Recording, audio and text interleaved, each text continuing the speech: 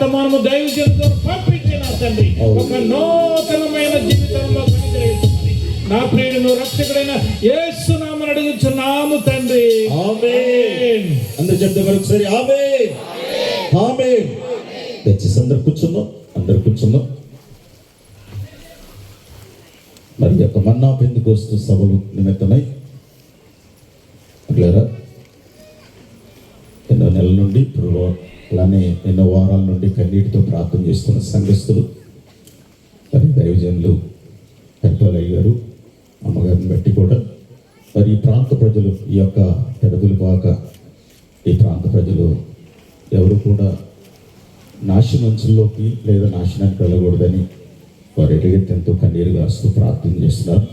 మరి అటువంటి గొప్ప సందేశాన్ని ఇవ్వడానికి మన మధ్యలో 2 తెలుగు రాష్ట్రాల్లో చాలా అద్భుతకరమైన పరిచయం అక్కర్లేదు, దైవజనులు నిలబడి జస్ట్ ఒక పిల్లరా కొన్ని నిమిషాలు పిల్లలు మాట్లాడితేనే మనోహర్ గారి యొక్క పిల్లరా ఆ యొక్క మనస్తత్వం ఏంటి అనేది పిల్లలు అర్థమవుతుంది. మరి అటువంటి గొప్ప దైవసేవకులు మన మధ్యలోకి ఈరోజు రావడం మనకు ఎంతో సంతోషకరం. దైవసేవకులు వస్తుండగా చప్పలు కొట్టి పిల్లరా ఆహ్వానించడం పరిశుద్ధాత్మ దేవుడు ఒక బలంగా వాడుకున్నట్లుగా దైవసేవకులు అందరూ కూడా గణపరచడం. దైవసేవ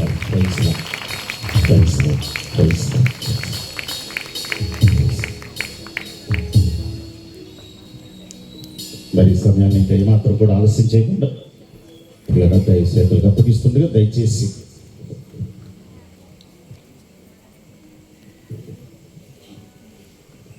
మరి ఈ యొక్క వర్తమానం జరిగినంతసేపు ఫోన్ సైలెంట్గా పెట్టుకుని ఉండండి. మరి శ్రేష్టమైన మరి కొన్ని నెలల ముందే లేదా కొన్ని వారాల ముందే దైవసేవకులు ప్రభు పాదాల దగ్గర మరి సిద్ధపడి వచ్చి మనకు అందించబోతున్న వర్తమానం. మరి ఈ వర్తమానం కొరకు ప్రత్యేకమైన ప్రార్థన దైవసేవకులు జెరమయ్య గారు మరి కుమారుడు క్రీస్తు గారికి వచ్చి ప్రార్థనలో నడిపిస్తారు. దైవసేవకులు కుమారుడు క్రీస్తు గారు వచ్చి ప్రార్థనలో నడిపిస్తారు. మరొకసారి అందరూ కూడా తల నుంచి కండుకొస్తుందో ఒక శ్రేష్టమైన గంభీరమైన స్వరం పదలో నుండి దేవుడు మోషేతో మాట్లాడినట్లుగా నీతో నాతో మనందరితో కూడా దేవుడు ఈ సమయంలో స్పందించి స్పర్శించి ప్రతి హృదయాన్ని కూడా టచ్ చేసినట్లుగా తాకునట్లుగా దైవసేవకులు ప్రార్థనలో నడిపిస్తారు. అందరూ కూడా ఏకీవించాం, ప్రార్థన చేసుకున్నాం. స్తోత్రములు తండ్రి, మహాగణుడ మహిమోన్నతుడా నీకు స్తోత్రములు ప్రభా. ఈ యొక్క 4 దినములు ఈ యొక్క ఉత్సవమైన కొడుకులో మొదటి దినమును చేకరముగా నీ కృప చొప్పున జరిగించారు. నీకు స్తోత్రములు తండ్రి. ఈ 2వ దినమున కొడుకులో నీ దాసును నిలబెట్టుకుని మాతో మాట్లాడటానికి దేవా నీ ఆత్మపూర్ణునిగా చేసి బలముగా మీరే మాతో సూటిగా తేటగా బాహటంగా మాట్లాడండి తండ్రి. నీకు స్తోత్రములు ప్రభా.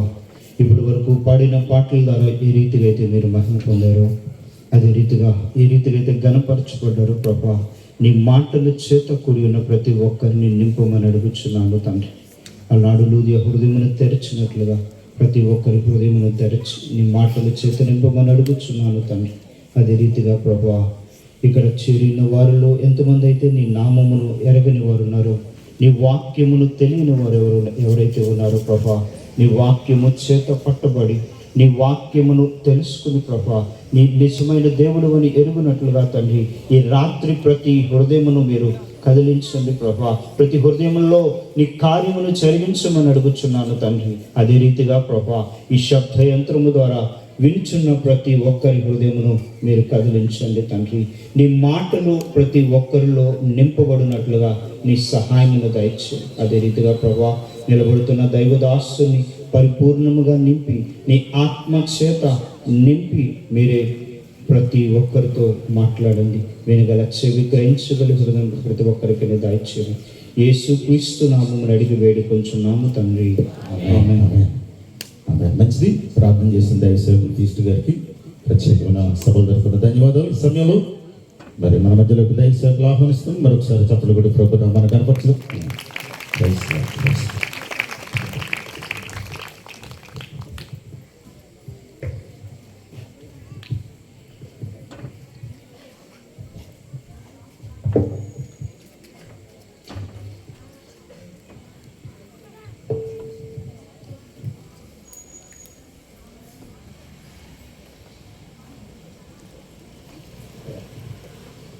దేవుని పరిశుద్ధ నామానికి మహిమ కలుగును గాక. కాస్త మీరు హుషారుగా ఉంటే మేము కూడా కాస్త హుషారుగా వెళ్తాం. మీరే స్టార్టింగ్లోనే సప్పగా మాట్లాడుతూ ఉన్నారు. దేవునికి మంచి ఆరాధన జరిగించారు ఇప్పటి వరకు. ఆరాధనలో చక్కగా పాల్గొన్నారు. మరలా మిమ్మల్ని ఆ స్థాయిలోనికి తీసుకెళ్లే పనే మా పని అయితే వాక్యం ముందుకెళ్ళదు. మీరు ఎప్పటికప్పుడు స్పందిస్తూ ఉంటే మేము కూడా కాస్త హుషారుగా వాక్యం ముగించుకొని ముందుకు వెళ్ళిపోతాం. దేవునికి స్తోత్రం చెబుతాం గట్టిగా. ఆ దేవుడు దొరికినందుకే స్తోత్రం చెప్పాలి. అసలు వేరే దానికి అవసరంలా. ఆ దేవుడు మనకి దేవుడు అయినందుకే ముందు స్తోత్రం చెబుతాం. అబ్బే, ఒక రాజకీయ నాయకుడు వస్తే మీ హుషారు ఎట్టుంటుందో నాకు తెలుసు. అసలు ఎగబడి మీదకి వచ్చి పొగడ్తలతో ముంచేస్తూ ఉంటాం మనం. అద్భుతమైన జీవితాన్ని మనకిచ్చి మన కోసం ప్రాణం పెట్టి గనులైన వారు కూడా చేరలేని స్థలంలో మనం కూర్చోబెట్టబోతున్న ఆ సర్వేశ్వరుడికి స్తోత్రం చెప్పమని బతిలాడుకునే దుస్థితిలోకి వచ్చేసాం మనం. కాస్త లయబద్ధంగా చెబుతాం, ఇంకాస్త గట్టిగా పొడిస్తే గాని బయటికి రావట్లే అంశం. దేవునికి స్తోత్రం. గట్టిగా చప్పట్లు కూడా దేవునికి స్తోత్రం చెల్లిద్దాం. నా వెనక అద్భుతమైన సేవకులు నాకు నా ప్రక్కన నా వెనక వేదిక మీద ఉన్నవారు ఉన్నారు. వారి ముందు నిలబడే యోగ్యత అర్హత లేని వాడిని. కానీ ఉదయకాలం నేను ఆలోచిస్తా ఉన్నా, అది ఇక్కడ మొదటిసారి వస్తున్నాను, మీటింగ్లు ఎలా ఉంటాయి అని అంటే ఒక తలంపు వచ్చింది నాకు. వరుస క్రమం చొప్పున జగనే నిలబడాల్సి వచ్చింది. ఆ క్రమంలో నిలబడే వంతు వచ్చింది కాబట్టి నేను నిలబడ్డాను తప్పితే గొప్పతనం ఏమి లేదు. అద్భుతంగా పరిచయం చేస్తున్నటువంటి దేవుని దాసులు దేవుడు పిలిచి ఆ పదవినిచ్చి ఆ ఉద్యోగాన్ని ఇచ్చి భూమి మీద తన కోసం ఒక రాయబారులుగా పెట్టి అద్భుతంగా గ్రామాల్లో పట్టణాల్లో పరిచయం చేస్తూ ఆత్మలను సంపాదిస్తూ చీకటి సామ్రాజ్యాన్ని కూలుస్తూ నాశనం అయిపోతున్నటువంటి ఆత్మలను కాలుతున్న కట్టెను తీసినట్లుగా బయటికి తీసి అద్భుతంగా ఆత్మల సంపాదన చేస్తున్న మన దైవ సేవకులను బట్టి కూడా దేవుని గట్టిగా స్తోత్రం చెల్లిద్దాం. రక్షణ లేనప్పుడు భయంకరంగా మురికి ఉండేవాళ్ళం మనం. వారి సువార్తలో రక్షించబడిన వారం మనం. అద్భుతంగా ఈ దినం నెమ్మదిగా మొఖాలు కళకళలాడుతూ తేజస్సు కలిగి దేవుణ్ణి కలిగి మనం ఉంటా ఉన్నాం. ఇబ్బంది ఉండొచ్చు, కాస్త కష్టం కూడా ఉండొచ్చు, కానీ ధైర్యముతోటి విశ్వాసంతోటి ఆ ప్రభువును కలిగిన ఆ నిరీక్షణతోటి మనం మన జీవితాలను కొనసాగిస్తూ ఉన్నాం. మీ వెనక ఉన్నటువంటి సేవకుల ప్రార్థన బట్టి, మీకోసం కార్చిన కన్నీటిని బట్టి, మీరు రక్షించబడాలని వారు చేసిన ప్రయాసను బట్టి, మీకు కష్టం వస్తే, మీకు ఇబ్బంది వస్తే, మీ గురించి వారు పడిన తపనను బట్టి, ఆ సేవకులను బట్టి గౌరవిస్తూ గట్టిగా దేవుని మహిమ చెల్లిద్దాం. దేవునికి స్తోత్రంగా గట్టిగా దేవుని స్తోత్రంగా. ఈ దినం వాక్యాన్ని ధ్యానం చేద్దాం. సందర్భము సమయాన్ని దృష్టిలో పెట్టుకొని గుడ్ ఫ్రైడేకి ఈస్టర్కి దగ్గరగా వెళుతూ ఇచ్చినటువంటి ఉన్న సందర్భాన్ని బట్టి ధ్యానం చేద్దాం. యోహాను సువార్త 3వ అధ్యాయము 14వ వచనం. యోహాను సువార్త 3వ అధ్యాయము 14వ వచనం.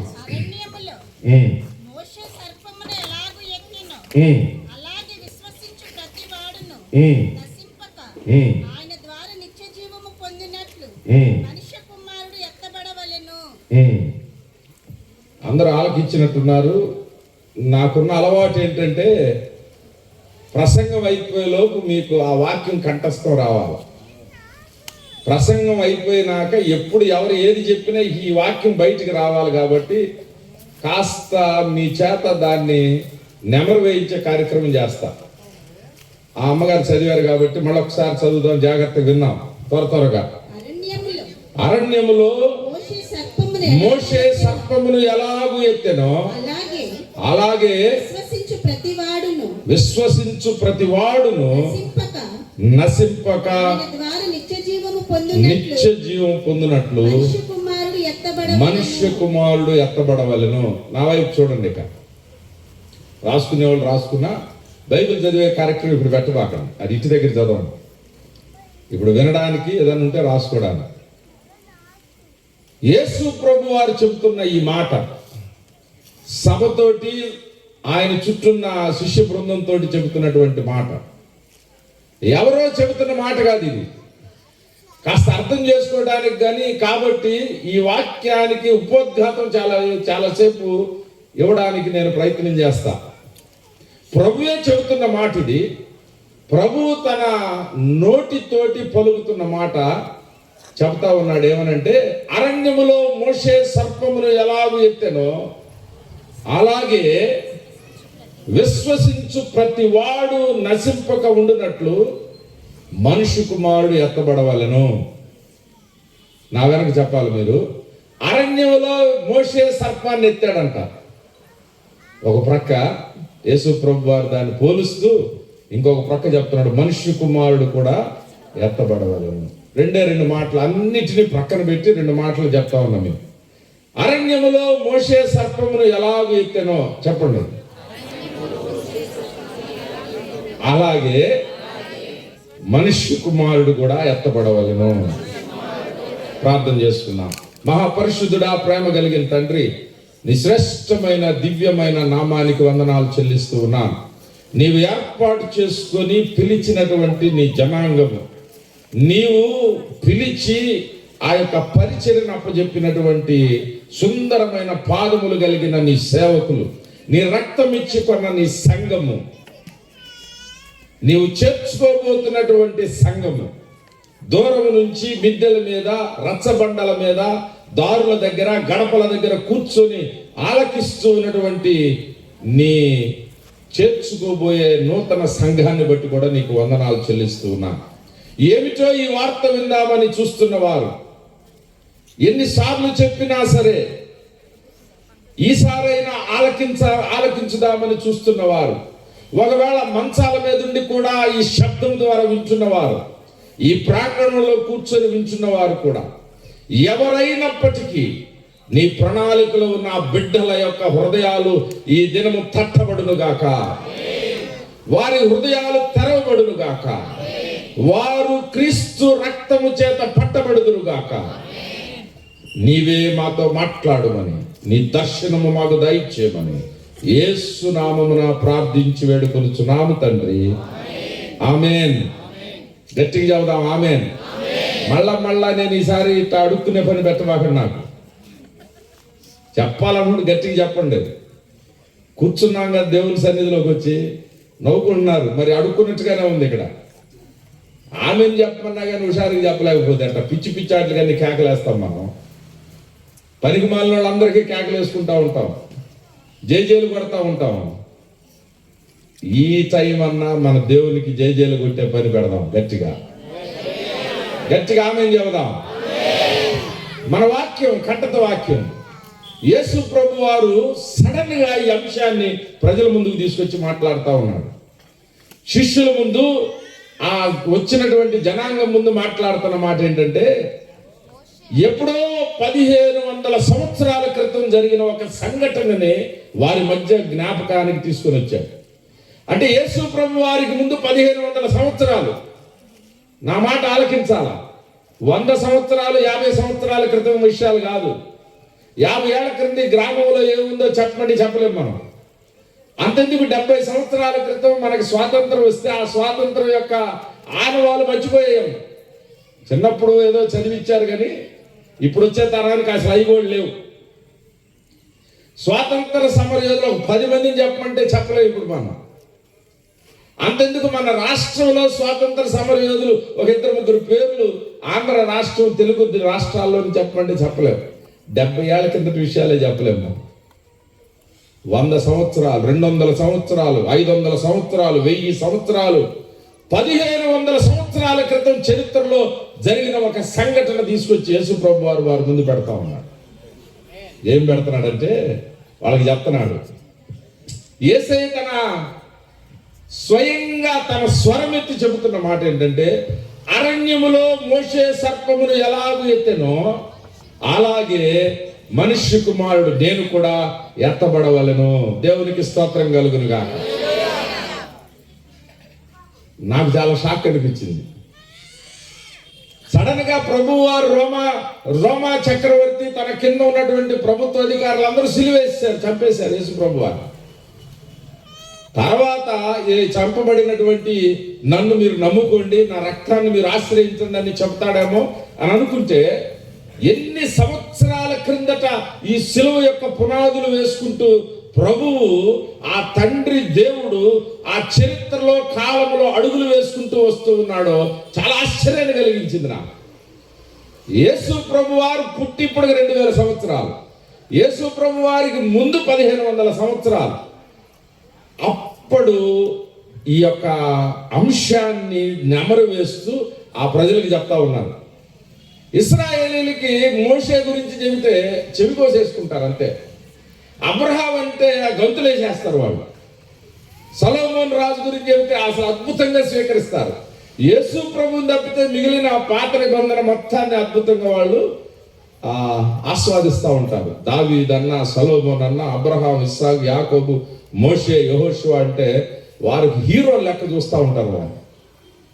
ఒకసారి నేను దక్షిణ కొరియా ప్రాంతంలో వెళ్ళి నేను అక్కడ ఒక ఆ యొక్క రబ్బాయి అనేటువంటి యూదుల యొక్క యాజకత్వం చేసేటువంటి వ్యక్తి ఆ టోపీ పెట్టుకొని కూర్చుని ఉంటే, మనం సహజంగా మన సేవకులు కూడా ఆ స్టేజ్ మీద కొన్ని విషయాలు చెప్తా ఉన్నారు. క్రొత్త నిబంధనలో యేసు ప్రభు చెప్పిన మాట, పౌలు చెప్పిన మాట రెఫరెన్స్లు చెప్తా ఉంటే, ఆయన ఓన్లీ సొలొమోన్ ఎలా చెప్పాడంటే, దావీదు ఎలా చెప్పాడంటే ఇటు విషయాలు చెప్తున్నాడు. సొలొమోను ఒక హీరోగా వారు చూస్తూ ఉంటారు. బహుశా వారికి అర్థమయ్యే రీతిలో ప్రభు వారు చెప్తున్నట్టున్నారు, అసలు ఇశ్రాయేలు యొక్క దేశం పుట్టుకకు కారణమైనటువంటి ఆ మోషేని తీసుకొని వచ్చి ఇప్పుడున్న దేశం చరిత్రలో జరుగుతున్నటువంటి సంఘటనలు, క్రైస్తవ్యం ఏదో కల్పనా కథలతో చెప్పబడింది కాదు, చరిత్రలో జరిగిన సంఘటనలు, ఇప్పటికీ ఉన్నటువంటి ఇశ్రాయేలు దేశం, ఆ దేశం పుట్టుక కారణమైనటువంటి 1500 సంవత్సరాలు క్రీస్తుకు పూర్వం సంఘటన తీసుకొచ్చి వారి మధ్య పెట్టి చెప్తా ఉన్నాడు. మోషే సర్పమును ఎలా ఎత్తెనో అలాగే మధ్యలో చెక్ చేస్తా ఉంటా. అట్లా అయ్యారు వదనండి కాస్త వాళ్ళకి మీరు ఫాలో అవుతుండాలా. అట్టాగే ఉంటుంది మరి నా పరిస్థితి. మీరు ఖచ్చితంగా హుషారుగా ఫాలో అవుతూ ఉండాలి. ఎంత కష్టపడి ఈ సభలు పెట్టుంటారు సేవకులు, ఎందుకు ఇంత కష్టపడి ప్రార్థన ప్రయాస పెడతా ఉన్నారంటే, ఇక్కడికి వచ్చి కూడా ఏదో జిడ్డు మొహాలు వేసుకొని కూర్చోడానికి కాదు. మనం ప్రభు యొక్క వాక్యాన్ని ఆస్వాదించాలి. మనం ప్రభు యొక్క సన్నిధిని అనుభవిస్తూ తన్మయత్వం చెందాలా. ఆ దేవునికి మన హృదయాన్ని దగ్గరగా తీసుకొని వచ్చి మన జీవితాల్లో కాస్త మంచి సమయాలను సంపాదించుకోవాలి. ప్రక్క వాళ్ళతో మాట్లాడుతూ అటు ఇటు తిరుగుతూ ముసుగేసుకొని మీరు చేసే అన్ని నాకు తెలుసు. ముసుగేసుకొని బ్రహ్మాండంగా ఇచ్చినారనే భ్రమలో మేము ఉంటాం. ఇట్లా అంటుంటారు, మధ్యలో పక్క వాళ్ళతో మాట్లాడుతూ ఉంటారు. కానీ సూటిగా ఒక నిబద్ధత కాన్సన్ట్రేషన్ చేసి వినాలి. దేవుని స్తోత్రం చెప్పండి గట్టిగా. అక్కడక్కడ కదులుతూ ఉంటే నాకు ఇక బ్రేకులు పడిపోతూ ఉంటాయి. అదో బలహీనత నాకు. పక్క వాళ్ళని కదిలించబాక. మీరు సీరియల్ చూసేటప్పుడు ఎట్లా చూస్తారో తెలుసు నాకు. పిల్లలు కూడా బయటికి పంపించేస్తారు డిస్టర్బెన్స్ లేకూడదు. ఇక్కడ ఏందో అన్ని ఇక్కడే చేస్తూ ఉంటుంటారు దేవుని సన్నిధిలో. దేవుని స్తోత్రం చెప్పండి గట్టిగా. ఇట్లా చెప్తున్నానని అంటే మీరు ఏదో తేడా ఉందని అర్థం. జాగ్రత్త గుర్తుపెట్టుకోండి. మీరు హల్లు చెప్పండి కానీ మీరు జ్ఞాపకం చేసుకోవాలా, ఎక్కడో మనం డిస్టర్బ్ చేస్తున్నామని. పక్క వాళ్ళని తడి కొట్టండి. అట్లా మీరు అరవబాకండి, మాట్లాడబాకండి. దేవునికి స్తోత్రం కలుగును గాక. యేసు ప్రభు వారు చెప్తా ఉన్నారు, అరణ్యములో మోషే సర్పమును ఎలా ఎత్తెనో. అంటే ఈ రాబోయే సిలువ గురించి, ప్రభువారికి వేయబోయేటువంటి ఆ సిలువ గురించి 1500 సంవత్సరాల క్రితం దీని ప్రణాళిక రచించబడిందంట. అసలు ఆ మాట వించేదే నాకు చాలా ఆశ్చర్యం కలిగించింది, నాకు చాలా ఆనందాన్ని కలిగించింది. దేవునికి స్తోత్రం కలుగును. మన కోసం వందల వేల సంవత్సరాల ముందు నుంచే ప్రణాళిక వేశాడు దేవుడు. మన కోసం మన రక్షణ ప్రణాళిక అప్పుడప్పుడు చెబితే ఎన్నో ప్రశ్నలు వేస్తారని కాలంలో ఒక లెక్క ప్రకారం చరిత్రలో ఆయన కదులుకుంటూ వస్తూ, మనం కూడా చెప్తుంటాం, పాస్టర్ గారు బాగా వాక్యం చెప్తారు సంఘాల్లో. ఏమనంటే, అమ్మా భూమి పునాదులు వేయబడక మునిపే మీ గురించి చెప్పండి. భూమి పునాదులు వేయబడక ముందే దేవుడు మన దేవుడు ఏదో అప్పటికప్పుడు వచ్చేసేసి ఇక నేనే దేవుడు అని చెప్పిన దేవుడు కాదు. ఒక క్రమంలో చరిత్రలో వందల వేల సంవత్సరాల అడుగులు వేసుకుంటూ ఆయా గుర్తులు చేస్తూ ఆ కాలాల్లో ఆ చరిత్రలో కొన్ని సంఘటనలు నాటుకుంటూ వచ్చి చివరికి ఆయన సమయం వచ్చినప్పుడు ఆ శిలువ లెక్క ప్రకారం ఆ శిలువనెక్కి ఆ ప్రాయశ్చిత్తార్థ బలిని ఆయన నిర్వర్తించాడు. దేవునికి మహిమ కలుగునుగా. ఏం చేసు ప్రభు వారు చెబుతున్న సంఘటన అని వెనక్కి వెళితే, 40 సంవత్సరాల ఇశ్రాయేలీల ప్రయాణం, సంఖ్యాకాండం 21వ అధ్యాయం. 40 సంవత్సరాల ఇశ్రాయేలీల ప్రయాణంలో అద్భుతమైనటువంటి విడుదల ఒక దేశంలో నుంచి వీళ్ళని తీసుకొని వస్తాడు మోషే. మాట్లాడకూడదు, నా వైపు చూడండి. అసలు మీరు బైబిల్ చూడకపోయినా పర్లా, నా వైపు చూడండి. నా వైపు చూస్తే చక్కగా నేను ముందుకు వెళ్ళిపోతాను. కొద్దిగా ఏమనుకోబాకండి, మా అమ్మగారు మా నాన్నగారు ఇద్దరు టీచర్లు, మా అమ్మమ్మ మా తాతయ్య కూడా టీచర్లు. ఆ రక్తం కొద్దిగా ఉన్నట్టుంది. మీరు చూడకపోతే పాఠం చెప్పలేదు నేను. అది నా బలహీనత. ఏం చేస్తాం మరి, అందుకని నా వైపే చూడాలా. కాస్త అబ్బాయి కలర్ తక్కువ ఉన్నాడు అనుకోని మళ్ళీ చూడండి నా వైపే. అర్థమైందా? దేవుని స్తోత్రం చెప్పండి. ఆ నలుపు అని చెప్పి చూడకుండా ఉండారు. చూడండి నా వైపు చూడండి. దేవుని వాక్యాన్ని ధ్యానం చేద్దాం. ఒక సూపర్ పవర్ ఐగుప్తు దేశం, ఒక అమెరికా దేశాన్ని మీరు జ్ఞాపకం చేసుకుంటే ఎలా ఉంటుందో, ఒక రష్యా దేశాన్ని జ్ఞాపకం చేసుకుంటే ఎలా ఉంటుందో, అద్భుతమైనటువంటి ఒక బలమైనటువంటి ఒక దేశంలో నుండి ప్రజలను మోషే ధీటుగా ఎదుర్కొని దేవుని నామములో తెగుళ్లను తీసుకొని వచ్చి దండం పెట్టేటట్టు చేశాడు. ఆ వారిని అద్భుతంగా బయటికి తీసుకొని వచ్చాడు మోషే. మొదటి తెగులు ముందు మాట్లాడిన మాట, ఎవడు నీ దేవుడు అని ఫరో మాట్లాడాడు మోషేతో. నా దేవుడు ఏంటో నేను చూపిస్తాలే అని చెప్పి ఇక ఆ తెగుళ్ళన్నీ మీకు తెలుసు. 10 తెగుళ్ళు. చివరికి ప్రతి ఇంటిలో తొలిచూలను తట్టి లేపి ఆ మరణానికి అప్పచెప్పిన తర్వాత ఇక ఒడిగిపోయాడు ఫరో. మోషేని పిలిపించి, నీ దేవుణ్ణి పూజించడానికి నీ ప్రజలు తీసుకొని వెళ్ళిపోయి ఇక్కడి నుంచి. వీరు ఏడ్చి కొన్ని సంవత్సరాలు ఏడ్చి ఆ దేవుని వైపు చూసి మాకు విడుదల ఎప్పుడు అని చూస్తున్నటువంటి ఆ పరిస్థితుల్లో ప్రభు ప్రణాళికలు ఆ విడుదల దయచేసిన తర్వాత అసలు అంశాన్ని మర్చిపోయారు వీళ్ళు. విడుదలైన 2-3 రోజుల నుంచే మా భూమేంది, మా కూరేంది, మాకు మొక్కేంది, నీళ్ళేంది, ఎవడు తెమ్మన్నాడు మమ్మల్ని ఇక్కడికి? మమ్మల్ని మోషే ఎవడు తెమ్మన్నారా? ఏంటి ఎదురు సముద్రం ఉంది, వెనక రథాలు వస్తున్నాయి, దుమ్ము రేపుతా ఉంది, మళ్ళీ మమ్మల్ని తీసుకొని వెళ్తారేమో. అసలు మేము అక్కడే ఉంటే బాగుండేది కదా. కొట్టారు వాళ్ళు, కాస్త అంత ముద్ద పెట్టేవాళ్ళు. అక్కడ సమాధులు లేవా, ఇక్కడ తీసుకొచ్చాం మోషే. అసలు మొదటి దినాల నుంచే తిరుగుబాటు మొదలైస్తారంట. అద్భుతంగా ఫరో యొక్క ఆ ఇనప పరిపాలనలో నుంచి తీసుకొని వచ్చామన్న సంగతిని మర్చిపోయి ఆ దేవుని యొక్క మేఘస్తంభాలను చూసి ఆశ్చర్యపడుతూ, ప్రభువా నీవు ఎంత గొప్ప దేవుడు అని స్తుతిస్తూ ప్రయాణం చేయాల్సిన విషయాలు మర్చిపోయి దీనికోసం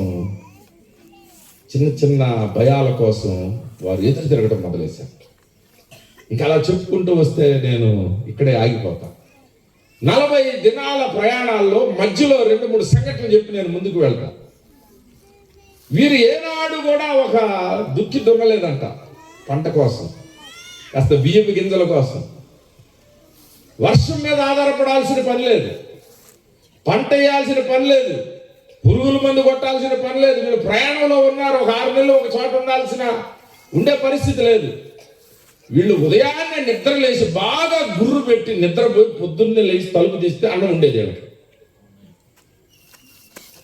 ఎంత సుఖం అంటే కకృతి పడేవాళ్ళు కొంతమంది మన బ్యాచ్ ఎక్కువ తీసుకొని రేపు ఉంటుందో లేదో ఈరోజే సెట్ చేద్దాం దీన్ని అని కాస్త గిన్నెలు పెద్దవి తెచ్చుకొని అన్నం తెచ్చుకునేవాళ్ళం. అన్నిటినీ చూస్తా ఉన్నాడు దేవుడు. సరే కానీ ప్రతి దినము వారికి ఉదయాన్నే లేచిన వెంటనే పరలోకములో నుండి ఒక మన్నాను కురిపించి వారికి భోజనాన్ని పెట్టాడు దేవుడు. అయ్యగారు భోజనాలు ఉన్నాయి వీళ్ళకి ఉన్నాయా? మొత్తం లెక్క పెడితే ఒక 250 మంది. మీకు భోజనాలు పెట్టాలంటే ఒక టీం తయారు చేసి ఉంటారు కదా మీరు. తురిమేవాళ్ళు, కూరగాయలు తెచ్చేవాళ్ళు, వంటోళ్ళు, వాళ్ళు వీళ్ళు చేసినా కానీ కత్త ముక్క చీటు పడితే అసలు మీరు రంగరంగం చేసేస్తారు భోజనాలు కాడ. అసలు భోజనాల దగ్గర మన బుద్ధి అంతా బయటపడిపోద్ది. ఆఫ్రికా వాళ్ళు గుర్తొస్తారు నాకైతే. ఆఫ్రికాలో భోజనం లేక డొక్కలు ఎండిపోయి ఉన్నటువంటి వాళ్ళు, అన్నం మొహం చూడని వాళ్ళు ఆ ప్యాకెట్లు హెలికాప్టర్ నుంచి వేస్తే వాటి కోసం పరిగెత్తుతూ ఉంటారు. ఎందుకంటే వాళ్ళకి ఒక పూట అన్నం తిన్నారంటే ఇంకొక వారం 10 రోజుల దాకా ఉండేవాళ్ళు అంట. వాళ్ళకి ఆహారం లేదు, బేర్లు తెచ్చారు. రోజు మాంసం చూస్తాం, రోజు అన్నం చూస్తాం, కడుపు నిండా దీన్ని గురకబెట్టి పక్కన వాళ్ళు కూడా నిద్రపోనీయకుండా చేస్తాం. కానీ ఏదన్నా చిన్న ఫంక్షన్లో సందర్భాల్లో అన్నం తగ్గితే, మొక్క తగ్గితే నీవు నమ్ముకున్న దేవుడు ఏమైపోతాడో తెలియదు. కానీ నీ ప్రవర్తన అబ్బా అసలు భయంకరమైన ప్రవర్తన. అయ్యగారు తగ్గింది అన్నం ఏం పర్లేదు అయ్యగారు, మరి ఫంక్షన్కి వచ్చే వాక్యం ఉన్నాం, వెళ్తున్నాం, ఏం పర్లేదు మేము వెళ్తున్నాం అని చెప్పగలిగే ఒక క్రైస్తవ జీవితం ఎక్కడ ఉంటుందా అని చూస్తూ ఉంటాం. ఏమంట ప్రార్థన పెట్టకపోతే ఆయన చేతగానప్పుడు ఎందుకంట పెడతాం? ఏమిటి భోజనం కాడ భయంకరమైన జీవితం. ఇశ్రాయేలీయులకి దగ్గర నుంచి వచ్చినట్టుంది మనకు కూడా ఈ వారసత్వం. లెగిసిన దగ్గర నుంచి భోజనం కాడ దేవుణ్ణి విసిగిస్తా ఉన్నాడు. మధ్యలో వాళ్ళకి ఎవడు అందించాడు ఏమో, ఏంది రోజు ఇదేనా, రోజు వెజిటేరియనేనా, నాన్ వెజిటేరియన్ కావాలి కదా. ఎవడు అందించాడో మొత్తం అల్లుకుపోయి తిరుగుబాటు చేసి మోషే దగ్గరికి వచ్చాడు.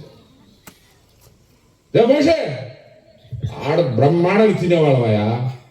చర్చికి రాకముందు మా జీవితాలు ఎట్టుండే తెలుసా, ఇష్టం వచ్చినట్టు తిరుగుతుండేవాళ్ళం. చర్చికి రమ్మన్నా వచ్చిన దగ్గర నుంచి ఏంది మా పరిస్థితి? మోషే ఏంటి మా పరిస్థితి ఏంటి? మొక్కలేదా అడుగుతున్నారంట వాళ్ళు.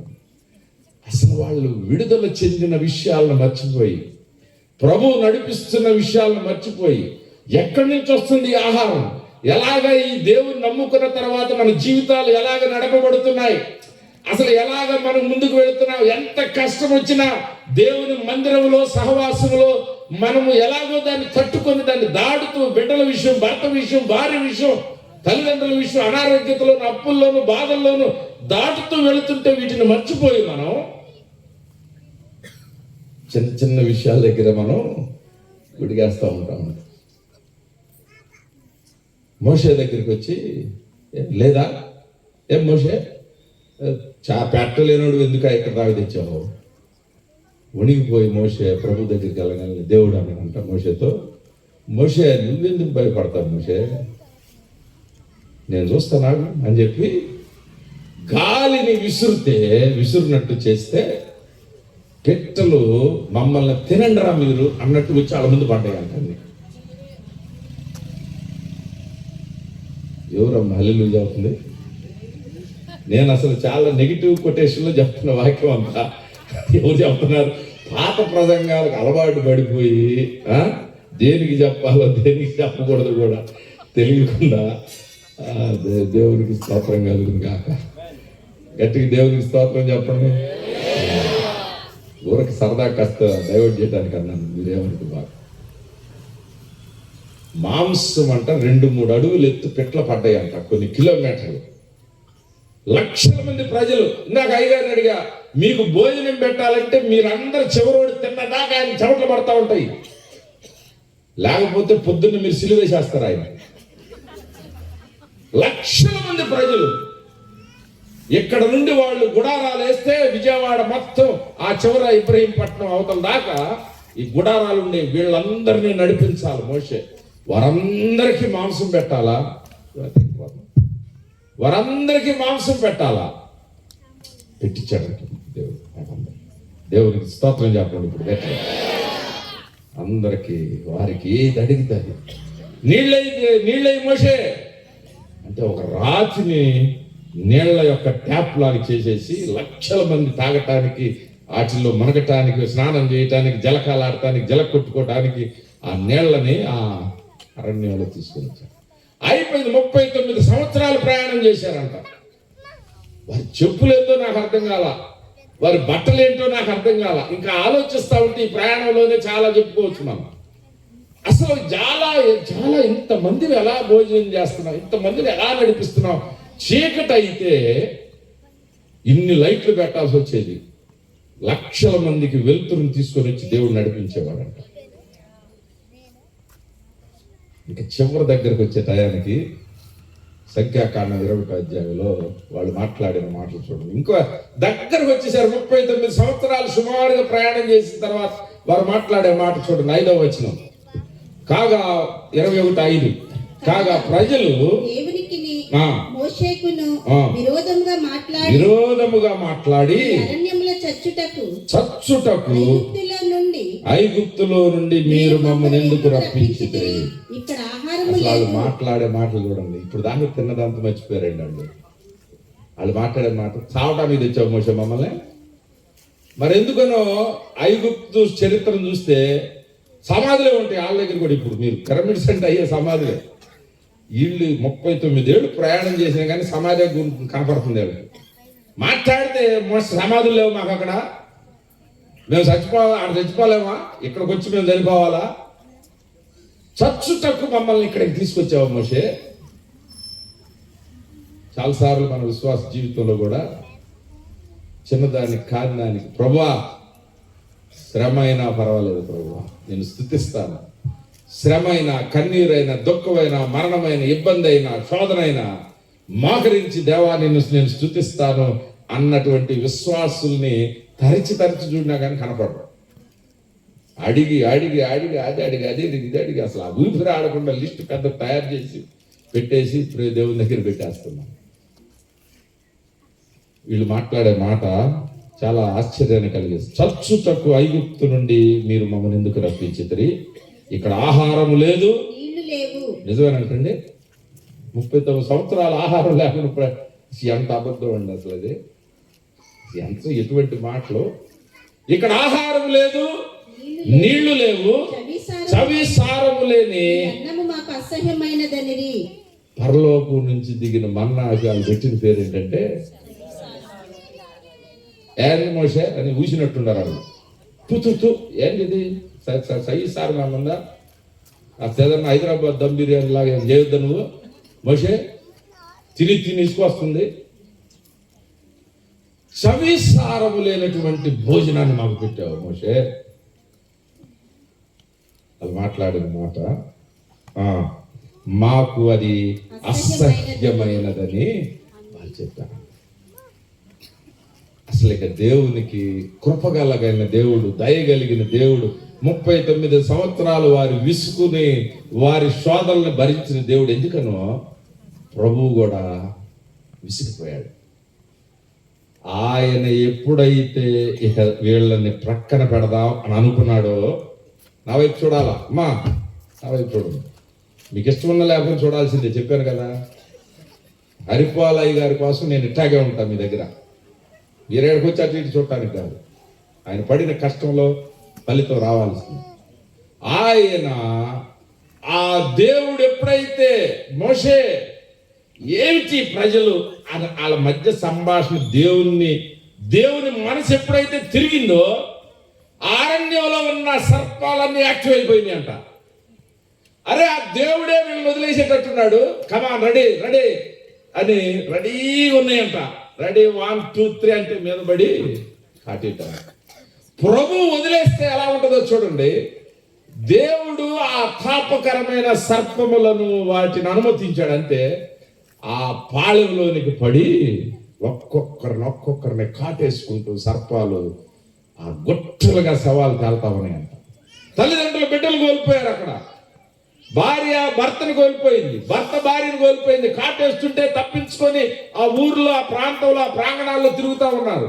ఎటు వెళ్ళినా పాములే కాటేస్తా ఉన్నాయి.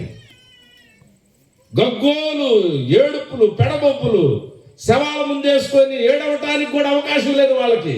ప్రశాంతంగా బిడ్డను చూసి తల్లి ఏడవాలనుకుంటే ఇంకొక పాము ఈ తల్లి దగ్గరికి వస్తూ ఉండేది. తాపకరమైన సర్పములు ఆ పాళెంలో పడి వారిని కాటు వేయటం మొదలైస్తుందంట. 7వ వచనం. కాబట్టి ప్రజలు మోషే యొద్దకు 6వ వచనం. అందుకు యెహోవా ప్రజలలోనికి తాపకరమైన సర్పములను పంపెను, అవి ప్రజలను కరువగా ఇశ్రాయేలీయులలో అనేకులు చనిపోయేది. ప్రభు తలదిప్పుకుంటే ప్రజలు కానీ, దేశం కానీ, ప్రాంతాలు కానీ ఎలా ఉంది చూడు. ప్రభు అట్ట తలదిప్పుకున్నాడంట కాసేపు. ఇక వీరంగం చేసి దొరికి ఎవడరా వాడు, ఇది సయ్య సారం లేదన్నది పాములు ఎత్తుకుని అంట కొంతమందిని. మొక్క లేదన్నవాడు ఎవడరా, దొరికినట్టు కాటేసుకుంటూ తరుముకుంటూ కొన్ని కిలోమీటర్ల పరిధిలో ఉన్న పాళ్యాన్ని గందరగోళం చేసి, ఒక చిన్న బల్లి పడితే చాలు మీ మీద, మీరు అసలు యుద్ధమే చేసేస్తారు. ఇక్కడ బొద్దింకబడినా చాలు అట్ట అందిస్తూ ఉండండి, నాకు మధ్యలో బాగుంటుంది. పాములు మామూలు పాములు కాదు, అసలు ఆ కాటు వేస్తే మంట, ఆ కాళ్ళు, ఆ చేతులు కాటు వేసిన చోట ఒక తాపకరమైన సర్పాల విషాన్ని తాగుతా ఉంటే గుట్టలుగా శవాలు పడిపోతా ఉన్నాయి.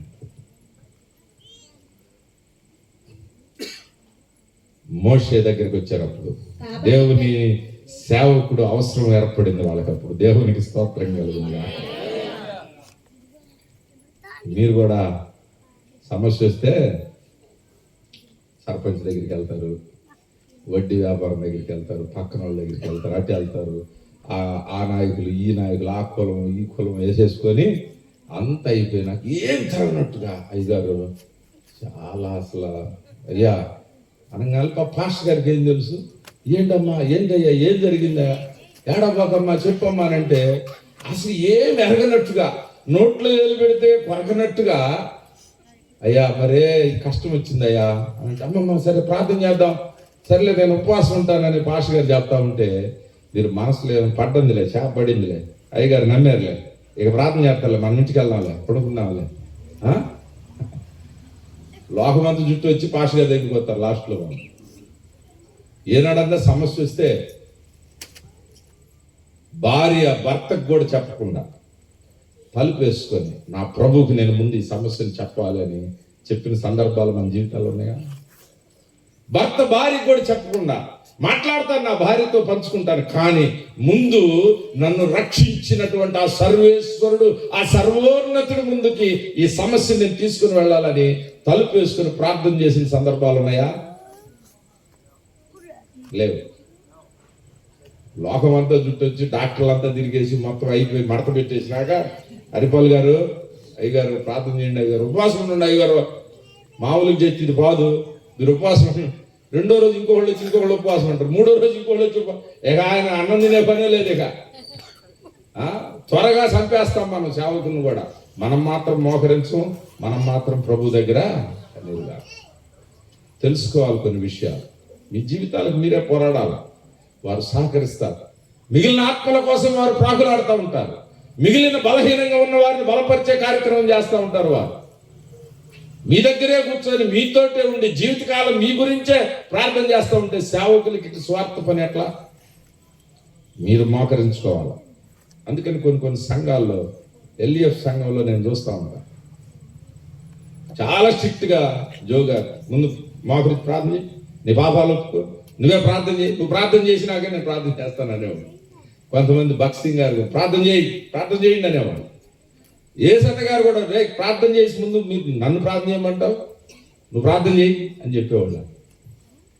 మనం చేసుకోవాలి మన జీవితాలు ముందు, మన జీవితానికి ముందు మనమే బాధ్యులు. వాళ్ళు స్వార్థం తీసుకొని వచ్చారు కంటే మేము డ్రైవింగ్లో 15 రోజులు ఎవడు నేర్పిస్తాడు డ్రైవింగ్ స్కూల్. ఇక మీరు కొండెక్కినా గొట్టెక్కినా ఈ డ్రైవింగ్ నేర్పించినోడు వచ్చి మీ పక్క వచ్చి కూర్చుంటాడు ఏంది? ఇక అక్కడి నుంచి మీరే డ్రైవింగ్ చేసుకోవాలా. చిన్న చిన్న యాక్సిడెంట్లు అవుతున్నా సరే నేర్చుకొని మళ్ళా హైదరాబాదు ఇక ఆడు మీది వెనక తిరుగుతూ ఉంటే ఆడి వ్యాపారం అయింది, ఆడి కుటుంబం అయింది, ఆడి సంగతి. వాళ్ళ భార్య అంటది అప్పుడు ఇక చాలయ్యా నువ్వు నేర్పించిన డ్రైవింగ్ ఇంటికి వచ్చి కూర్చుంట. మనమే మన జీవితాలు, ఆధ్యాత్మిక జీవితాలని మనం కట్టుకోవాలి. ఇశ్రాయేలీయులు అప్పుడు బయలుదేరి వచ్చారంట మోషే దగ్గరికి. మోషే దగ్గరికి వచ్చి మోషే మేము లెక్క లెక్క లెక్క సరి చేసుకున్నారు. మోషే మేము దేవునికే కాదయ్యా నీకు కూడా వ్యతిరేకంగా మేము పాపము చేసి దేవునికి స్తోత్రం కలుగునుగా. గట్టిగా చప్పట్లు కూడా దేవుని మహించారు.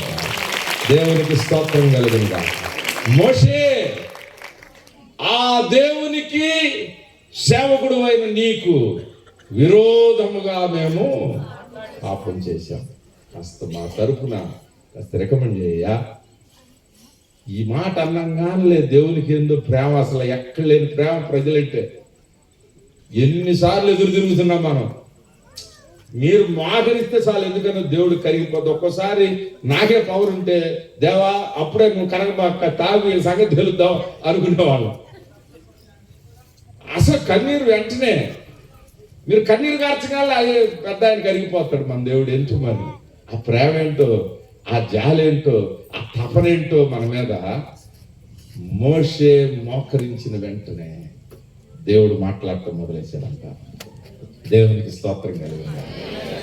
ప్రపంచానికి కావలసినటువంటి ఒక రక్షణ ప్రణాళికను ఆ సమయంలో దేవుడు ఆవిష్కరించడం మొదలెట్టాడంట. దేవునికి స్తోత్రం కలుగుగా.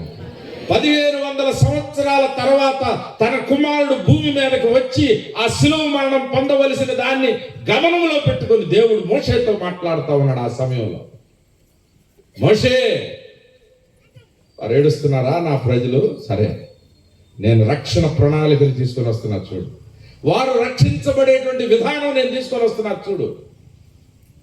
నా కుమారుడు భూమి మీదకి వచ్చి సర్వ మానవాళి పాపాలను విడుదల చేయడానికి చెందించవలసిన రక్తానికి నమూనాగా ఒక మోడల్ని నేను మీ దగ్గరికి తీసుకొని వస్తున్నా. మోషే నేను చెప్పినట్టే నువ్వు చెయ్యి అని దేవుడు ప్రణాళికను బయటికి తీశాడంట. దేవునికి స్తోత్రం కలుగునుగా.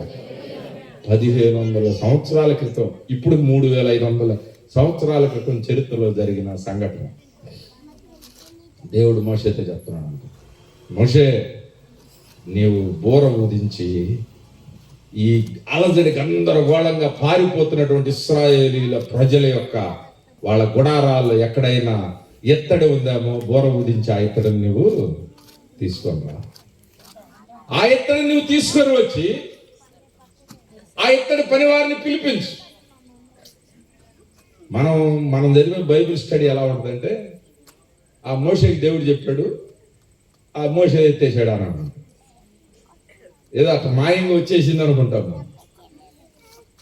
ఇత్తడి ఎక్కడుందో ఆ ఇత్తడి కలిగిన వారు ఆ ఇత్తడిని తీసుకొని పాములను దాటుకుంటూ వారు మరణాన్ని లెక్క చేయకుండా తప్పించుకుంటూ మోషే దగ్గరికి రావాలి, స్టేజ్ దగ్గరికి. వాళ్ళు ఈలో మరొక బోర ఊదించాడు యెహోషువ చేత. ఎవరైతే ఈ కంసాలి పనే కదా అది, ఎత్తడి పని చేసేవారు ఉన్నారో వారిని కూడా పిలిపించండి అని అన్నాడు. వారు రావడానికి కాస్త 2-3 గంటలు పెట్టి ఉంటుంది. ఎందుకంటే ఎంత దూరం ఉన్నారో వాళ్ళు. ఇక్కడ నుంచి బోర వస్తే అక్కడ నుంచి ఇంకొకళ్ళు చెప్పి అక్కడ చెప్పి అట్లా చెప్పి సువార్త, ఆ వార్త వాళ్ళ చివరి దాకా వెళ్ళాలి. వాళ్ళందరూ వచ్చేసారు. కాస్త టైం గడిచిపోయింది. ఈ లోపు పాములు వీర విహారం చేస్తా ఉన్నాయి. ఒక్కొక్కడిని మరలా దేవుడిళ్ళ మీద కళ్ళు చూపిస్తాడు. అది మనకు తెలుసుది కాబట్టి దొరికిన సమయంలోనే కాస్త ఫాస్ట్గా పనిచేద్దామని చకచకగా కదులుతున్నాయి. అంటే ఇవి కూడా దొరికినట్టు వేసేద్దామని ఈ పాము. మోషే వాళ్ళని పిలిచి నాకు చెప్పాడు, అయ్యా త్వరగా మీరు ఇత్తడిని కరగదీయండి, ఆ యొక్క పుటం వేయండి, అగ్నిని వేయండి, ఈ ఇత్తడిని ద్రావకంలాగా చేసి ఒక మౌల్డ్ని, ఒక అచ్చుని తయారు చేసి ఏ సర్పం అయితే కాటు వేస్తుందో ఆ సర్పపు నమూనాను ఒక తయారు చేసి దాంట్లో ఈ ద్రావకాన్ని పోసి ఒక ప్రతిమను తీసుకొని పైకి తీసుకొని లేపాలి. మీరు ఇలాగ చేయండి అని ఒక ప్రణాళిక వారికి ఇచ్చారంట. దేవునికి స్తోత్రం కలుగునుగా. గట్టిగా చెబుదాం, దేవునికి స్తోత్రం కలుగునుగా. బుర్రలోకి ఎక్కించుకోవాలి కాస్త ఈ మాటని, దేవుడు చెప్పిన మాట. ఏం చెప్తున్నాడంటే, మోషే, ఏ సర్పమైతే మిమ్మల్ని కాటు వేస్తుందో ఆ ప్రతిమను, ఆ రూపాన్ని తయారు చేసి పైకి నిలబెట్టాలి. ఒకటి ద షేప్, రెండవది ద సబ్స్టెన్స్, ఏ పదార్థంతో చేయాలి. నాకు చాలాసార్లు డౌట్ వచ్చింది, దేవుడు చెప్తే చెప్పాడు కానీ కాస్త బంగారంతో చేయొచ్చు కదా ఇది అనిపించింది. ఎందుకంటే నా యేసుకి పోలిక ఇది. రేపు ఆ యేసు కూడా పోల్చుకుంటున్నాడు గతంలోకి వెళ్ళి. మోషే ఏ విధంగా సర్పాన్ని ఎత్తాడో, ఎత్తడి సర్పం ఎత్తబడిందో అలాగే మనిషి కుమారుడు సిలువలో ఎత్తబడాలి. ఈ రెండు మీకు జ్ఞాపకం రావాలి. ఇప్పుడు ఒక ప్రక్క మోషే ఎత్తినటువంటి ఆ ఎత్తడి ప్రతిమ, రెండవ ప్రక్క ఎత్తినటువంటి ఆ సిలువ, మీరు ఈ రెండింటిని పోల్చుకుంటున్నాడు యేసు ప్రభువు. ఆయన నోటితో ఆయనే స్వయంగా పోల్చుకుంటున్నాడు.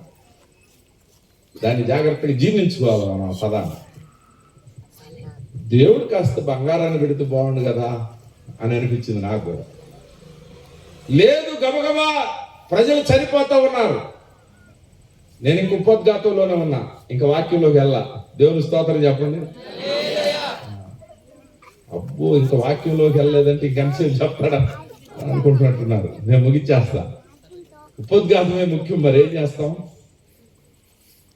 ఆ యొక్క ఇత్తడి బదులు బంగారాన్ని చేస్తే బాగుండేమో అని అనిపించింది ధ్యానం చేస్తా ఉన్నప్పుడు. ఎందుకంటే నా పోలిక, నా క్రీస్తు పోలిక అది. కనీసం ఇత్తడి లేకపోతే వెండినన్నా చేయొచ్చు కదా అని అనిపించింది. కానీ దేవుడు తన నోటితో చెప్పిన మాట, ఇత్తడిని తీసుకురా మోషే అని అన్నాడు. బైబిల్ని మనం తరిచి చూస్తే బంగారం రాచరికానికి సాదృశ్యం. అందుకని యేసయ్య పుట్టినప్పుడు ఆయన బంగారాన్ని తీసుకుని వచ్చి ఆయన దగ్గర జ్ఞానులు సాష్టాంగపడ్డారంట. నీవు రాచరికం కలిగిన, నువ్వు రాజువి అని ఆయన్ని తీసుకొని వచ్చి అక్కడ పూజించారు. ప్రభువారు గాడిద మీద వస్తా ఉన్నప్పుడు ఆ గాడిద మీద ఆయన రాజుగా వస్తూ, గాడిద మీద గతంలో చాలా మంది రాజులు ప్రయాణం చేశారు. పాత నిబంధన లేఖనాలను చూస్తే గాడిద it is not anti kingly, అంటే రాచరికానికి వ్యతిరేకమైంది కాదు. గాడిద రాచరికానికి అనుకూలమైందే, కానీ గాడిద యుద్ధానికి వ్యతిరేకమైంది. గుర్రం మాత్రం యుద్ధానికి అనుకూలమైంది. యాంటీ వార్లీ కాదది. రాచరికానికి చూపిస్తూనే యుద్ధం చేయడానికి నేను రాలేదు అన్నది ఒక సూచనగా ఆ గాడిద మీద ప్రయాణం చేస్తా వస్తా ఉన్నాడు. దేవుడు ఏం చెప్పబోతున్నాడో, ఈ లోహాన్ని వాడు మోషే, విత్తడిని నీవు తీసుకొని కరగదీసి దాన్ని తయారు చేయి అని చెప్పాడు. దానికున్న ఆ మర్మం ఏంటో, దానిలో ఉన్నటువంటి భావం ఏంటో కొన్ని విషయాలు చెప్పి నేను ముగిస్తా. గట్టిగా ఒకసారి దేవునికి స్తోత్రం చేద్దాం. ప్రసంగం మొదలవుతుంది. దేవునికి స్తోత్రం చెప్పండి. గట్టిగా దేవునికి చప్పట్లు కొట్టి దేవుని మహిమపరుద్దాం.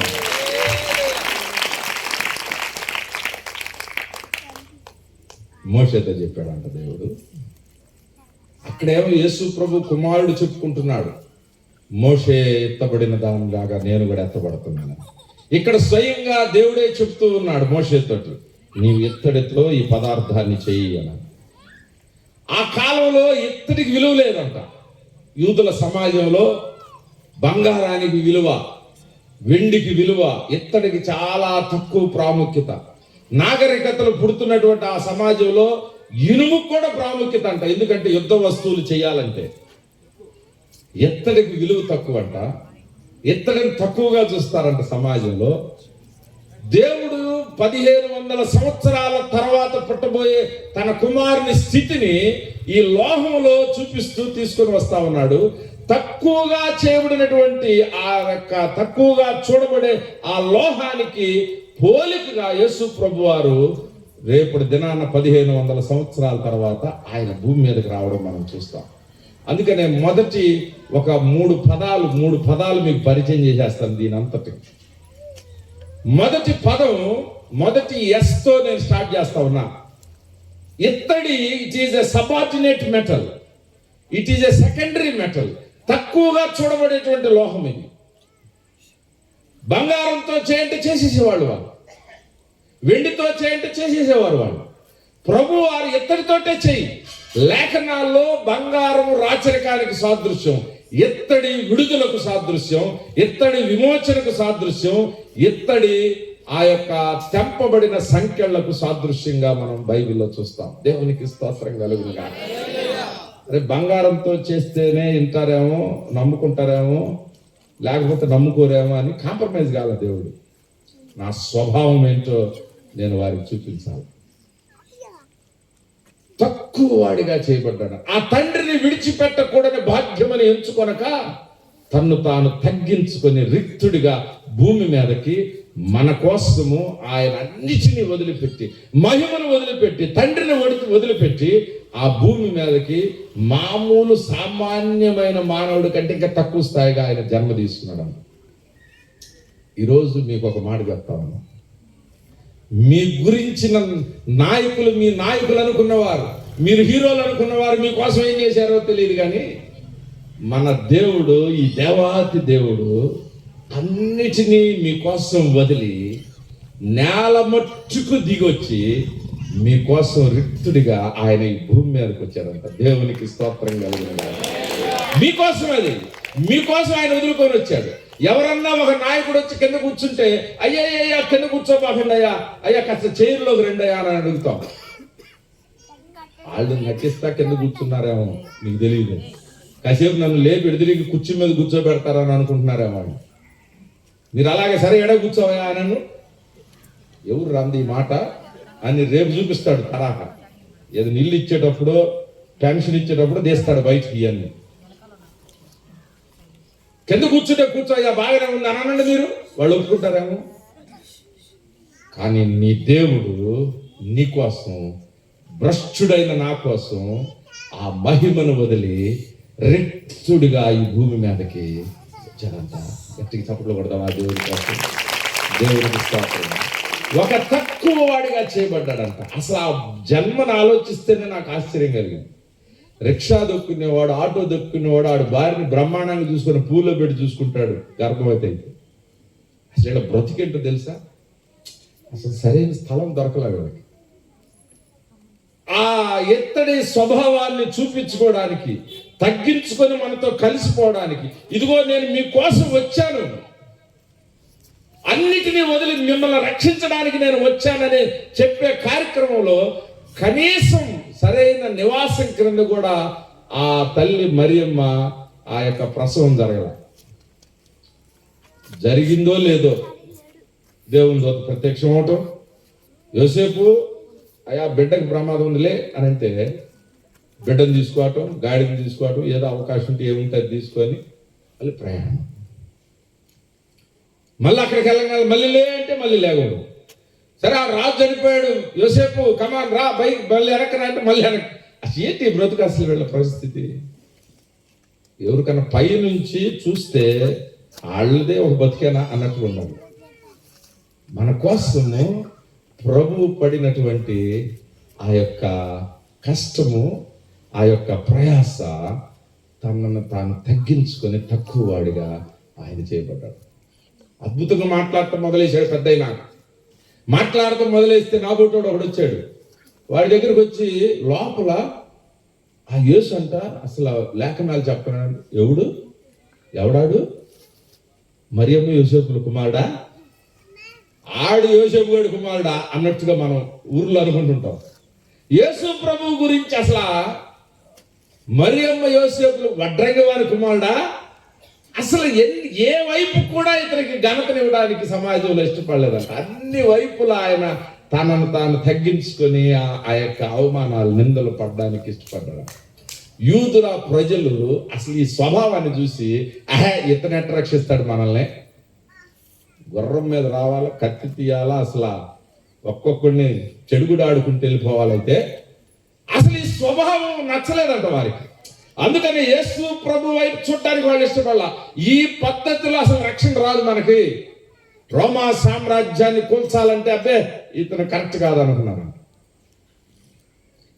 ఆయన పుట్టుక కానీ, ఆయన తల్లిదండ్రులు కానీ, ఆయన పుట్టిన అక్క చెల్లెండ్రు ఆ యొక్క అన్నదమ్ముల విషయంలో కానీ సావు కూడా దొంగల ప్రక్కన సిలువ వేయబడ్డాడు. సహజంగా మనం ఏదన్నా కింద అడుక్కునే వాళ్ళతో సమానంగా ఆ బల్లలో ఈ మూలం భోజనం పెడితే ఏంటి పాస్టర్ గారికి ఏమో కన్ను మిన్ను కావట్లేదే, లేకపోతే ఆ పిలిచిన ఇంటి వాళ్ళకి ఫంక్షన్ చేస్తున్నారు, పుట్టినరోజు చేస్తున్నారు కానీ ఏంది ఇది వాళ్ళతో పాటు పెడతారు ఏంది భోజనం. ప్రభు వారికి దొంగల పక్కన సిలువేసి ఎంతగా తగ్గించారో చూడండి ఆయన స్థితిని. ఒంటి మీద బట్టలు తీసేశారు, హేళన చేశారు, ఉమ్మూశారు. ఎట్లా కొట్టారని అంటే కనీసము ముఖాన్ని గుర్తుపట్టలేనటువంటి భయంకరంగా అతను కురూపిగా చేయబడ్డాడు. యెషయా 53లో రాయబడింది, చదువుకొని ఇంటికి వెళ్ళిన తర్వాత సొగసైనను ఏమీ లేకుండా ఆయన కోల్పోయాడు. ఆ దేవుని ప్రజలారా, దూరం నుంచి వింటున్న వారులారా, ఇదిగో మీకోసం ఒక దేవుడు దిగొచ్చాడు భూమి మీద నుంచి. మీకోసం ఒక దేవుడు తాను తగ్గించుకొని వచ్చాడు మీతో కలిసిపోవడానికి, మిమ్మల్ని రక్షించడానికి, ఆ రక్షణ యాగాన్ని నిర్వర్తించడానికి తాను రిక్తుడుగా తగ్గించుకొని ఈ భూమి మీదకి వచ్చాడన్న విషయాన్ని జ్ఞాపకం చేసుకుంటే నీవు ధన్యుడైపోతావు. మన కోసం తగ్గించుకున్నటువంటి స్వభావాన్ని మనం చూస్తాం. గాడిద మీద వచ్చాడు, ఆయన నడుచుకుంటూ వచ్చాడు. ఆయన చివరికి ఎంత దాకా తగ్గించుకున్నాడంటే ఆ శిష్యులకి సిలువ రేపుంటే ఈరోజు ఆ శిష్యుల పాదాల దగ్గరికి వచ్చి కూర్చున్నాడంట. ఆ పాదాలు కడగటం మొదలేశాడు. అన్ని విషయాల్లో తాను తగ్గించుకున్నాడంట. ఇత్తడి స్వభావం, it is a secondary metal, it is a subordinate metal, తక్కువగా చూడబడేటువంటి లోహాన్ని. అందుకనే 1500 సంవత్సరాల క్రితమే ఆ తండ్రి అయిన దేవుడు మోషే, ఇదిగో దీంతో నువ్వు తయారు చేయాలి.